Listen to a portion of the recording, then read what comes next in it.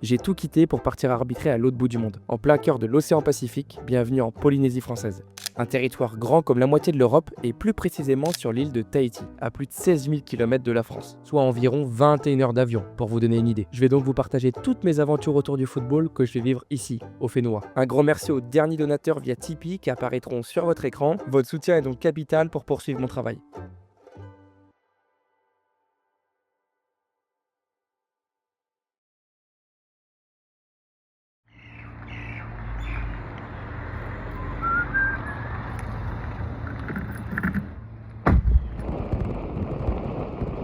Bon, on arrive presque à la fin de la matinée, j'avais pas mal de choses à faire, ouvrir ma boîte postale, parce qu'ici il n'y a pas forcément de boîte aux lettres en fait, donc si on veut du courrier ou se faire livrer des choses, il faut aller à la poste et on a chacun notre boîte postale. Ouvrir mon entreprise aussi. Pour l'anecdote, je me garais sur le parking parce qu'ici c'est un peu particulier, je sais pas si ça existe en France, il y a des places spéciales scooter. Je pose une question à un policier par rapport à où je peux me garer. Et le gars me reconnaît, me suivait sur YouTube, donc très marrant. Et en fait, ce gars-là joue dans l'équipe de Pirée. C'est une ville qui est collée en fait à Papeete. C'est où il y a la fédération tahitienne de football. Et il venait juste de revenir de la Coupe de France. Parce qu'il faut savoir que les clubs à Tahiti peuvent jouer la Coupe de France. Donc en fait, c'est une année sur deux. Une équipe française qui vient à Tahiti. Et l'autre année, c'est une équipe de Tahiti qui vient en fait en France. Et puis un mot de football pour vous dire que Carnoux accueillera la Espirae pour le 7e tour de Coupe de France ce week-end.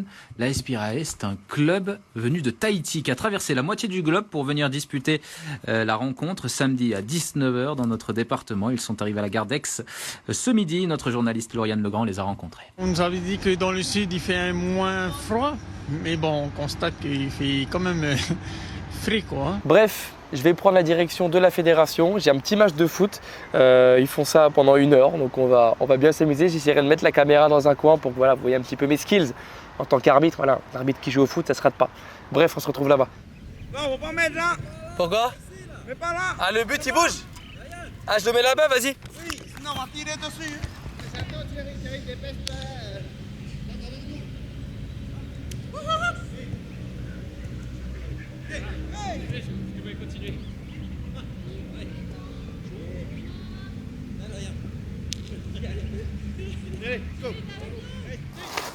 Nouveau maillot, il est là. La marque Macron. On a donc les chaussettes Macron, le short Macron. Alors c'est un short sans poche de carton rouge parce que malheureusement ils ont été dévalisés. Ils n'avaient plus de short d'arbitre. Et le maillot ici, donc du coup j'ai un noir qui a été gentiment offert par la fédération, que je remercie. Merci à la Fédé. Et donc la fédération tahitienne de foot, et donc le maillot jaune qui est ici en M. Dernier entraînement de la semaine, aujourd'hui c'est Vivacité. Je vais aller rejoindre un arbitre que je vais vous présenter, s'il accepte évidemment de passer dans le vlog. Je pense que c'est toujours mieux quand même de s'entraîner à deux que tout seul pour la motivation. J'ai extrêmement mal au cervical depuis hier, j'ai fait un faux mouvement en me levant. J'ai 90 ans, je fais encore des choses comme ça. Là, le casque, déjà, c'est trop lourd. Ça va être dur. Ça va être dur l'entraînement. Donc voilà, on se retrouve là-bas. On va aller s'entraîner à Faa, sur le stade de l'équipe de Tefana, une équipe qui évolue en Ligue 1, que je vais sûrement croiser dans la saison. Donc c'est parti, on se retrouve là-bas. Je suis avec un invité, Aurélien. Est-ce que tu peux te présenter rapidement? Rapidement, Aurélien, arbitre donc, pour la FTF à Tahiti. Et puis arbitre foot à 11, mais surtout beach soccer. Pour le coup. Donc arbitre international quand même, on précise. Ouais, arbitre FIFA, c'est vrai. Ouais, arbitre FIFA beach soccer et puis 3 Coupes du Monde à mon actif, donc bien fier. Mais surtout fier de représenter Tahiti en fait. Ouais, parce que du coup ça fait combien de temps que tu es ici toi? Ça va faire maintenant 14 ans que je suis à Tahiti. Ok. Et j'ai commencé l'arbitrage ici.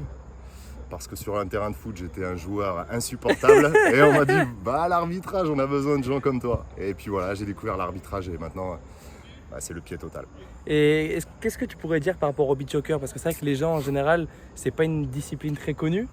Quelles sont les particularités ou les choses qui font que tu as aimé, tu vois, t'as accroché? Beach soccer, déjà, à Tahiti, le niveau est très élevé. Hein, et puis on a eu une Coupe du Monde à Tahiti en 2013 quand je suis arrivé. Ok. Donc j'ai tout de suite accroché. Les Tikitoa avaient été monstrueux. Donc c'est le nom de l'équipe tahitienne? Ouais, c'est ça. Ok. Et ils sont toujours monstrueux d'ailleurs. Et ouais, ça a été tout de suite un sport hyper fun avec très spectaculaire, beaucoup de ciseaux, beaucoup de frappes, beaucoup de buts. Ce qui est super beau, c'est que c'est un sport qui est super préservé et qui est super fair play.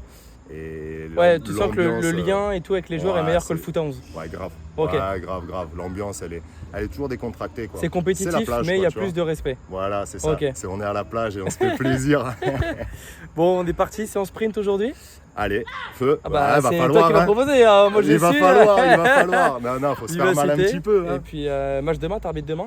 J'arbitre demain, ouais. Et samedi aussi ou tu fais que demain? Non, je fais qu'un match week-end. Tu fais que demain, ok. Je suis vieux maintenant, moi. On m'a mis sur les deux directs. Mais ouais, mais t'es jeune, toi. Il faut. J'ai mal partout, mais il faut enchaîner. Bon, bah, allez, c'est parti. Je vous filmerai un peu l'entraînement et on se retrouve à la fin. Go.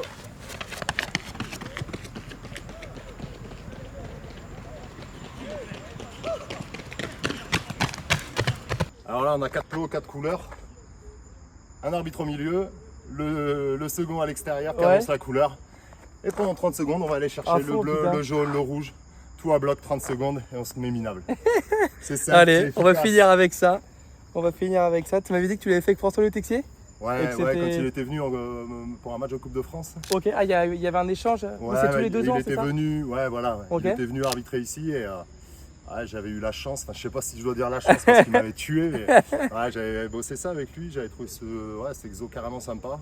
3, 2, 1, go, bleu, jaune, rouge, bleu, rouge, blanc, jaune, bleu,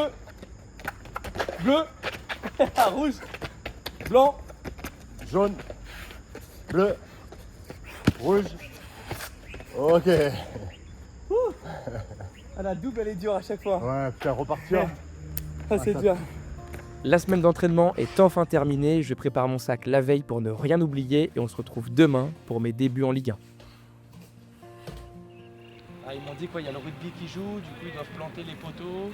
Pourtant ça a l'air lourd là, le truc qui tient là. Oui, mais bon. Ah ouais.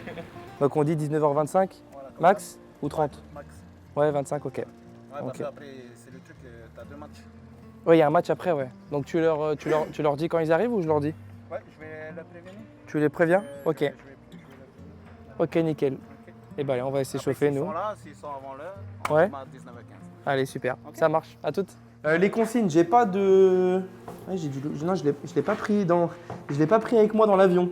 Tu sais, j'avais un petit plan je l'ai pas pris avec moi dans l'avion. Ok, bon, comment je fonctionne assez simplement.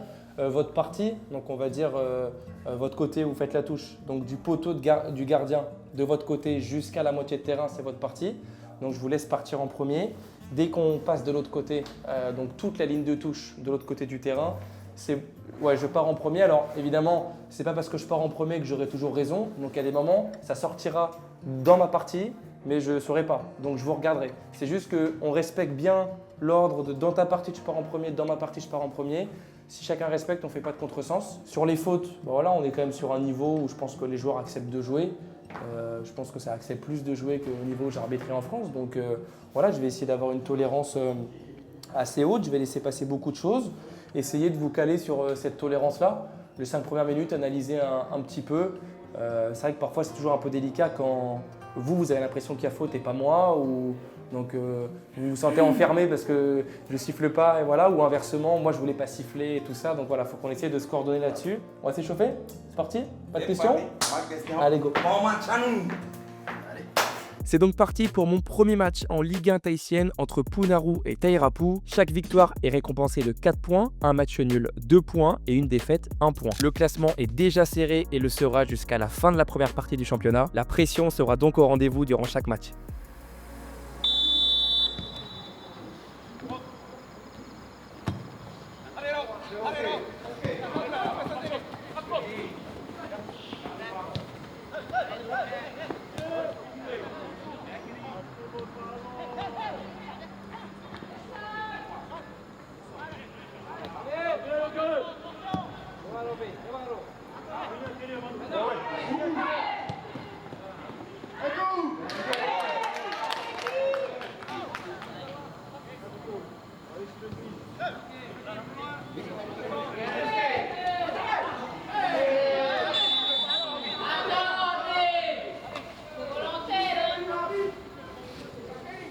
Je suis mon assistant, monsieur.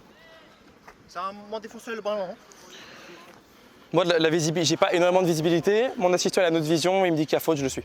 Sur le coup, je m'attends pas du tout que le gardien relance court, je suis au milieu de terrain et c'est mon assistant qui va me signaler la faute. J'arrive un peu en retard, j'ai vraiment du mal à percevoir le contact, donc je lui fais entièrement confiance. Effectivement, il est potentiellement dans une situation de dernier défenseur, donc on va se poser la question des 4 critères. Déjà, on peut valider le premier critère qui est le nombre et le placement des défenseurs. À ce moment-là, aucun défenseur de Tairapou est en mesure de revenir défendre sur l'attaquant de Punaru. On peut valider le second critère qui est la distance entre le lieu de la faute et le but. La faute est commise juste à l'extérieur de la surface de réparation, donc il reste très peu de mètres à parcourir. Le troisième critère, c'est la probabilité de conserver ou de récupérer le ballon. On voit que l'attaquant tente de faire un grand pont et s'en assure plus ou moins la maîtrise. Le ballon ne part pas si loin que ça. Pour moi, c'est le dernier critère qui va poser problème, qui est donc le sens du jeu. Pour valider celui-ci, l'attaquant doit se diriger avec le ballon en direction du but. Il décale son ballon clairement vers le poteau de corner, vers l'extérieur. Il faut donc 4 critères pour valider l'anéantissement d'une occasion manifeste de but. On passe donc de carton rouge à carton jaune. Le défenseur de Tairapou aurait dû recevoir un avertissement.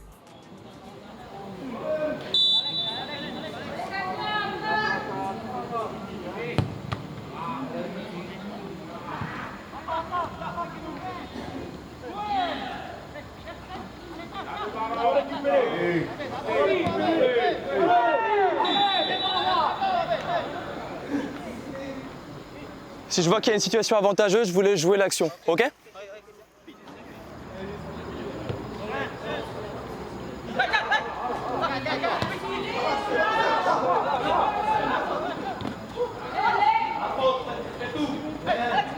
Pas de faute, joue, encore.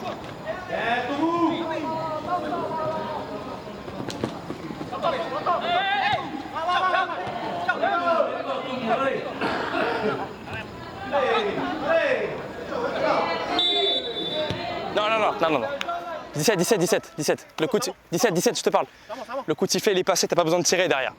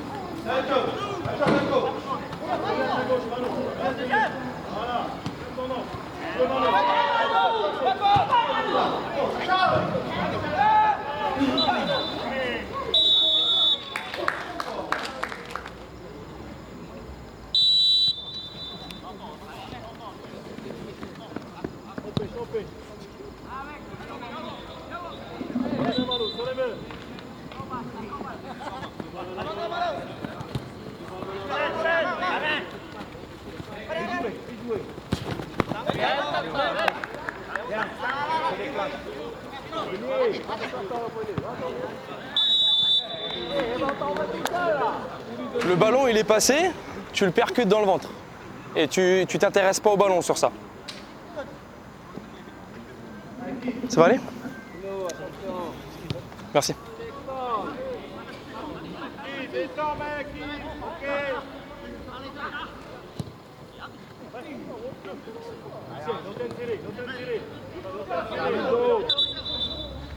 Moi j'ai l'impression qu'il y a quelque chose et je laisse l'avantage après. Ça va aller ou pas? Tu veux que j'appelle? Ouais.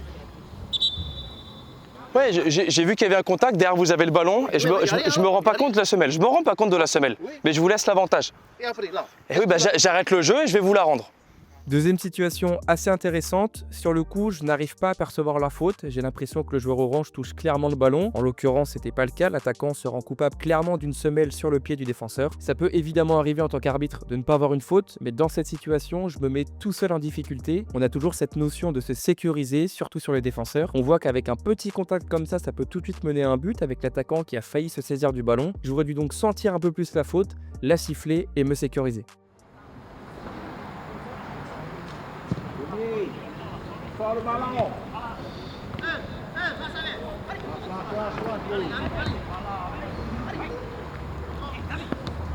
Il va falloir jouer les gars. Ok.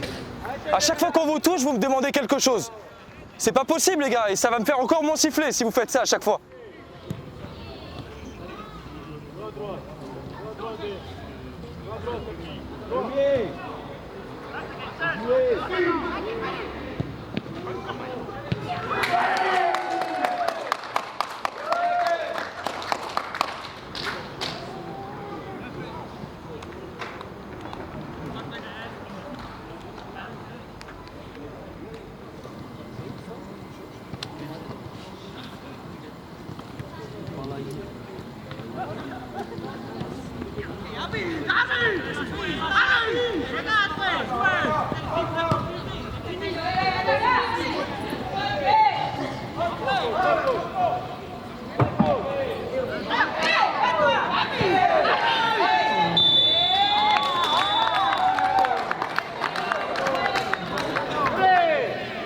Capitaine, venez me voir. Venez me voir, le pénalty est sifflé, mais venez me voir. J'ai 2 mots à vous dire. Dites à vos joueurs d'arrêter de parler tout le temps, d'accord? Regardez, là si je siffle le coup franc ici, vous n'avez pas le pénalty derrière. Donc si vous continuez et que pour moi c'est pas nécessaire de siffler, je vous laisse jouer. Et s'ils s'arrêtent à chaque fois, ça va les handicaper, ok?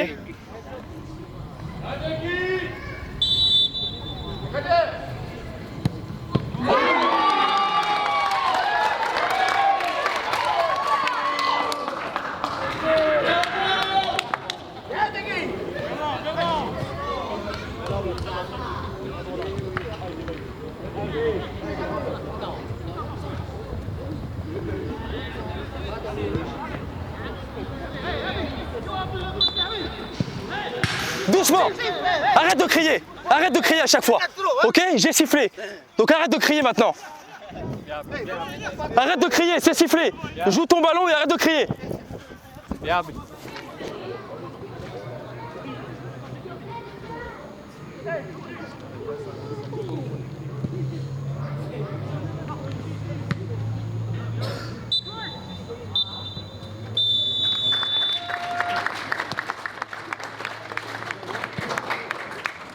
Fin de cette rencontre et victoire de Punaru 2-0 face à Tairapu. Et je tenais à vous partager le protocole de fair play qui est présent à la fin de tous les matchs du championnat tahitien. Bien joué. Félicitations arbitre. Merci, bien joué les gars. Je suis plutôt content, c'était un bon petit match. Ça finit sur 2-0. C'était assez agréable, je trouvais que ça faisait bien tourner le ballon. Voilà, il faut que je revoie les images. Je pense que j'avais peut-être quelques avantages que j'aurais pu matérialiser ou peut-être siffler pour me sécuriser, surtout sur l'équipe de Tairapu qui parfois subissait une faute, gardait le ballon et derrière, défensivement, ça les mettait un peu en panique. Donc voilà, j'aurais peut-être dû siffler pour faire replacer tout le monde. Une petite engueulade entre guillemets avec le gardien à la fin du match, je pense surtout à cause de la frustration. Voilà, il y a une faute sur son coéquipier, je la signale peut-être un peu tard, mais je la signale quand même. Et voilà, je pense voilà, quand tu perds 2-0, il faut aussi laisser les joueurs souffler et ça ne sert à rien de les cartonner. Voilà, je ne suis pas sorti de carton, je pense qu'il n'y en avait pas en sortir sur ce match-là. Sur ce, on se dit à très vite et c'était RG. Ciao, ciao.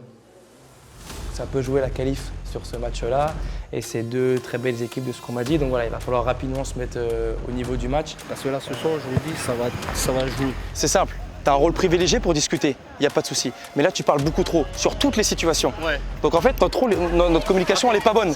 Elle n'est pas bonne parce que tu es beaucoup trop agressif dans ta façon de faire. Tu as un relais, tu me demandes toutes les fautes, tu viens tout le temps. Donc au bout d'un moment, tu vas prendre un carton et tu ne pourras plus parler. Évidemment, parce que ta façon de faire, elle n'est pas acceptable. Je suis dégoûté. Franchement, j'ai pas d'autre mot, je suis dégoûté. Je suis